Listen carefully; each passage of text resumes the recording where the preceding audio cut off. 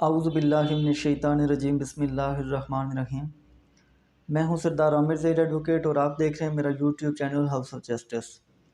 Viewers, आज हम बात करेंगे कि खाना काश्त में अगर ज़मीन किसी भी आदमी ने ख़रीद ली है तो उसे इन फ्यूचर किस तरह के फ़्रॉड या मसाइल का सामना करना पड़ सकता है, और अगर वो ख़रीद चुका है तो अब उसके लीगल राइट क्या हैं। टॉपिक पर आगे बात करने से पहले एक छोटी सी रिक्वेस्ट कि जिन भाइयों ने मेरे चैनल को सब्सक्राइब नहीं किया या जो भाई मेरे चैनल पर नए हैं तो काइंडली मेरे चैनल हाउस ऑफ जस्टिस को सब्सक्राइब कर लें और साथ में जो बेल आइकन है उसको भी प्रेस कर लें ताकि मेरी आने वाली वीडियोस आप तक बर वक्त पहुँच सकें। तो आज बात करेंगे खाना काश्त के बारे में।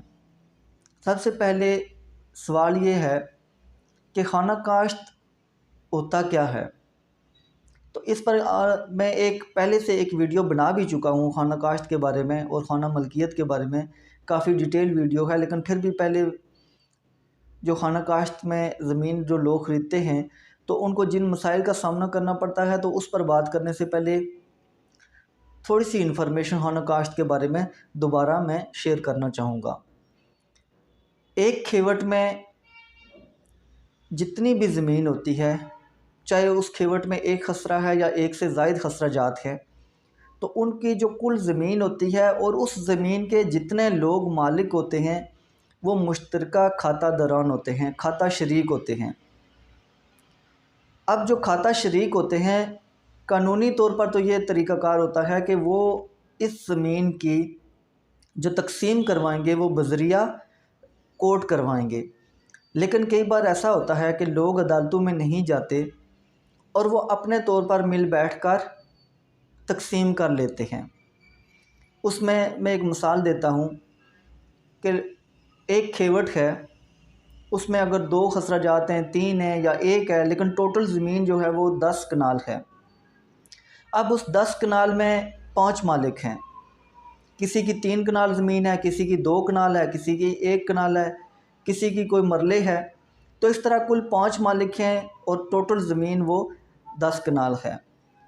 अब वो सारे जो 5 शरीक मालिक हैं वो क्या करते हैं, वो अदालत नहीं जाते और वो आपस में बैठ के इस तरह करते हैं कि जिस आदमी की 3 कनाल है उसको बताते हैं कि ये जो 3 कनाल ज़मीन है ये आपकी हो गई, उसका कब्ज़ा उसके हवाले हो जाता है।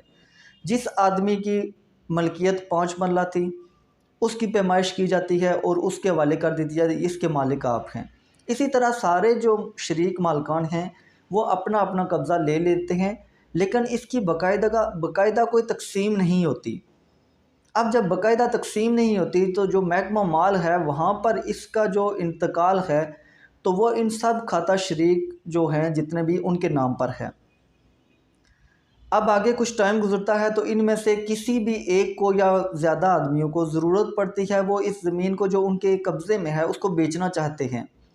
बेचने के लिए चूँकि फ़र्द बै की ज़रूरत होती है और जो वो फ़र्द बै लेने के लिए जब पटवारी के पास जाते हैं तो पटवारी उनको कहता है कि आप चूँकि यहाँ पर शरीक मालकान हैं, खाता शरीक हैं, आपको तो खाना मलकियत से फ़र्द इशू नहीं हो सकता क्योंकि अभी इसकी प्रॉपर कोई तकसीम नहीं हुई है।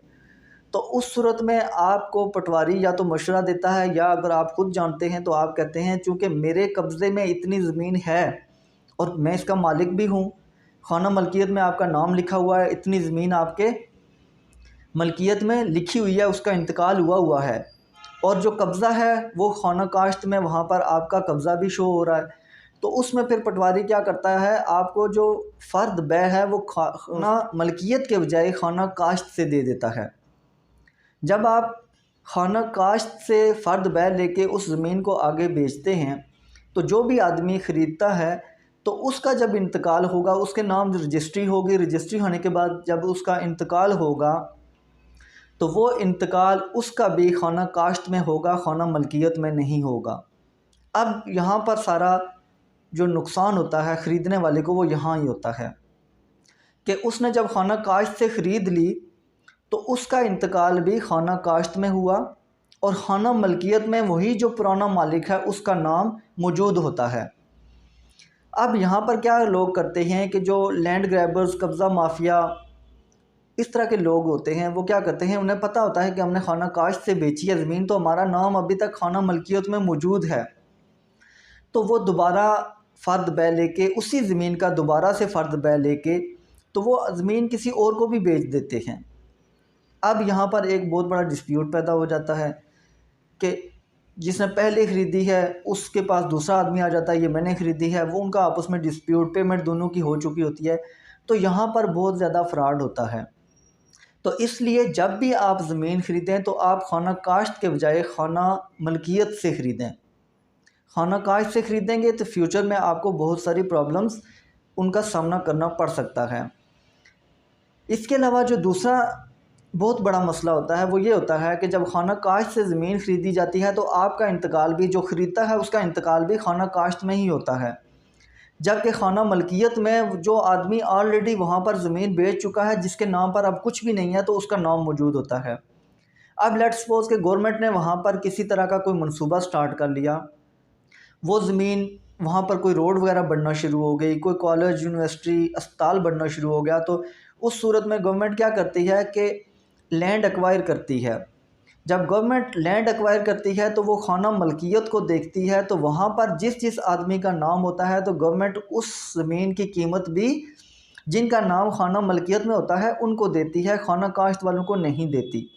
अब ये दूसरा नुकसान ये होता है कि अगर ऐसी कोई सिचुएशन बन जाती है तो असल मालिक जो खाना काश्त में मौजूद है उसको तो पेमेंट नहीं होती, और जो ऑलरेडी बेच चुका है लेकिन उसका नाम खाना मलकियत में मौजूद है तो उस आदमी को पेमेंट कर दी जाती है।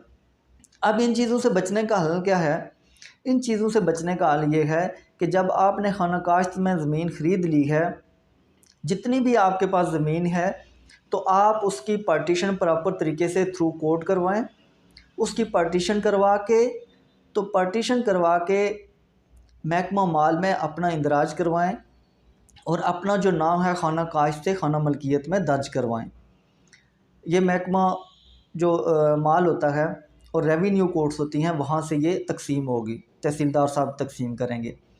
अब जब आप तकसीम कर लेंगे तो उस सूरत में फिर आपको इस तरह की जो प्रॉब्लम्स हैं उनसे आप बच सकते हैं। अदरवाइज़ ये प्रॉब्लम आपको बहुत आगे जाके भी तंग करेंगी, अगर अभी नहीं है तो इन फ्यूचर आपको ये चीज़ें तंग करेंगी।